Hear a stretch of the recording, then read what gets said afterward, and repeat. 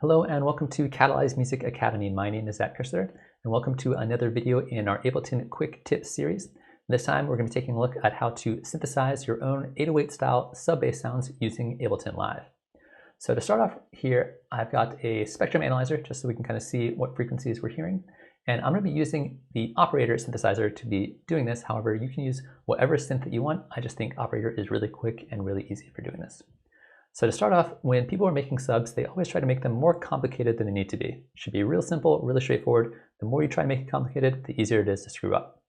So to start off, it's going to be generally a sine wave played somewhere in the 40 to 60 hertz range, sometimes 35 hertz if you're really pushing it. So this already defaults to playing a sine wave, and you just want to play it in this really low frequency area, and that's generally where it's going to sound the best. Play it too high or too low, it's not going to sound as good.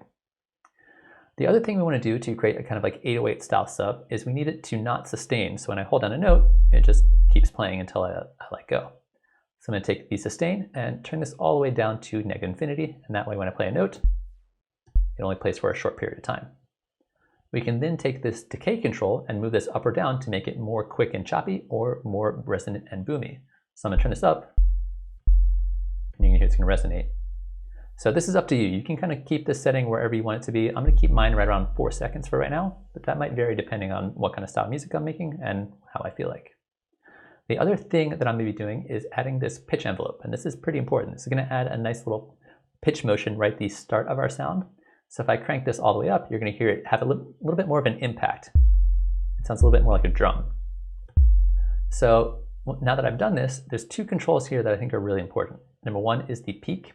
I generally leave this either set to 12, or if I want to make it really impactful, I'll crank this up to 24.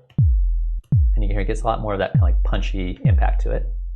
I can also take this decay time and make this shorter or longer. Generally a little bit shorter. Sometimes I like this kind of longer decay, but if I keep turning this down, again, it gets this more of like a straight up kind of kick drum kind of synth sound. So between these settings, the decay time, the peak,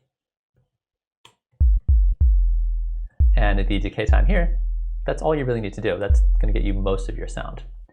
From here, I'm also going to go ahead and toss a saturator on here. Saturator tends to make these kind of sounds sound a lot better.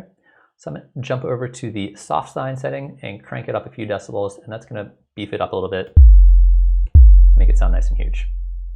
That's generally all I really need to do. Those are the only parameters that I really care about. If you want to, you can explore using other waveforms like the triangle, and that's going to sound a lot more distorted. Into more kind of like a hard style kind of thing. Or I really like the sine 8-bit here, which adds this nice kind of like little fuzzy noise to it without being too distorted. So try those out as well.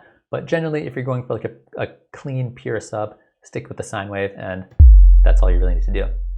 So that's it. Hopefully you enjoyed watching that. If you did, please subscribe to the channel to check out more videos like this that we're going to be making, including other more kind of long form videos, more kind of deep dive videos on other topics as well coming out soon. Again, thanks for watching, and hopefully I'll see you soon.